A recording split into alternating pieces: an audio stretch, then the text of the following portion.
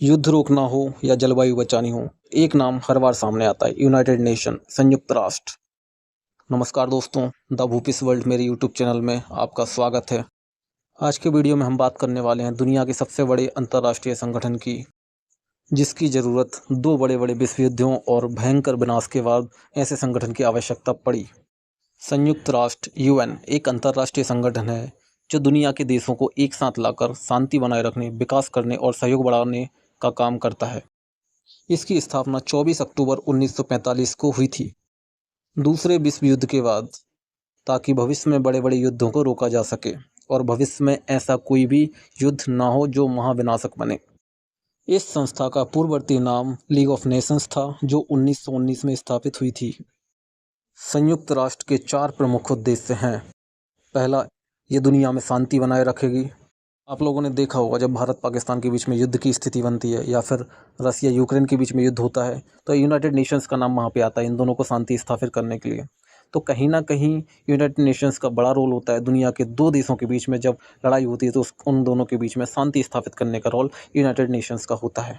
देशों के बीच दोस्ती बढ़ाना, आपसी सहयोग को बढ़ावा देना, गरीबी, बीमारी, भूख, अशिक्षा जैसी समस्याओं का समाधान करना एवं मानव अधिकारों की रक्षा करना यूनाइटेड नेशंस के प्रमुख उद्देश्य हैं।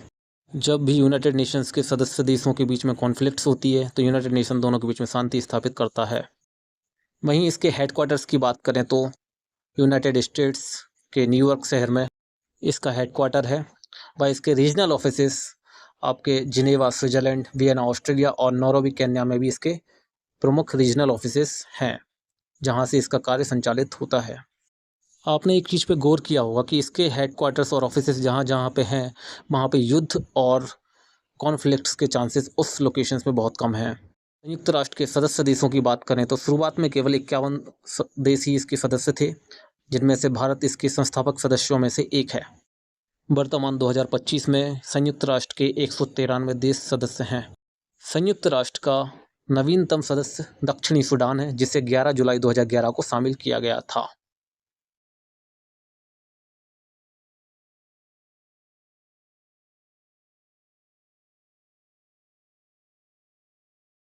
संयुक्त राष्ट्र के 6 प्रमुख अंग हैं। पहला, जनरल असेंबली, जो सभी सदस्य देश मिलकर चर्चा और निर्णय लेते हैं। यहाँ पे जो भी कानून बनता है वो सभी देशों पर लागू होता है। दूसरा है सिक्योरिटी काउंसिल, दुनिया में शांति और सुरक्षा बनाए रखने का काम सिक्योरिटी काउंसिल का है। इसमें 15 सदस्य होते हैं, जिनमें से 5 परमानेंट मेंबर होते हैं, जिनको P5 कहा जाता है। अमेरिका, रूस, चीन, ब्रिटेन, फ्रांस P5 देश हैं, जिनको वीटो पावर हासिल है। बाकी 10 अस्थायी सदस्य होते हैं, जिनका हर 2 साल में इलेक्शन होता है। तीसरा, आर्थिक और सामाजिक परिषद, जो आर्थिक विकास, शिक्षा और स्वास्थ्य पर काम करता है। चौथा, अंतर्राष्ट्रीय न्यायालय, इंटरनेशनल कोर्ट ऑफ जस्टिस, जो देशों के बीच कानूनी विवाद को सुलझाता है। पांचवा, सचिवालय, जो संगठन का प्रशासनिक काम करता है।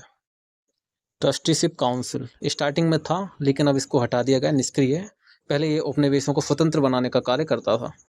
संयुक्त राष्ट्र की कुछ विशेष एजेंसियां भी हैं।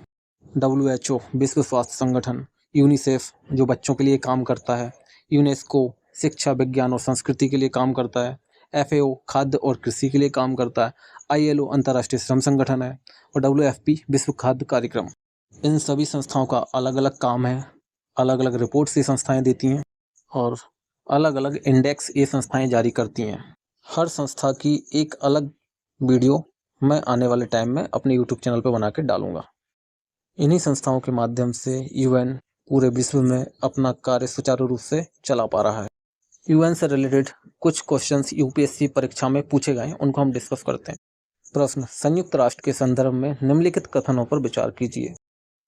आप स्क्रीन पर देख सकते हैं, 2009 में यूनाइटेड नेशंस पे यूपीएससी में क्वेश्चन आता है, और इसके अलावा 2011 में भी यूनाइटेड नेशंस के ऊपर से यूपीएससी में क्वेश्चन पूछा जाता है।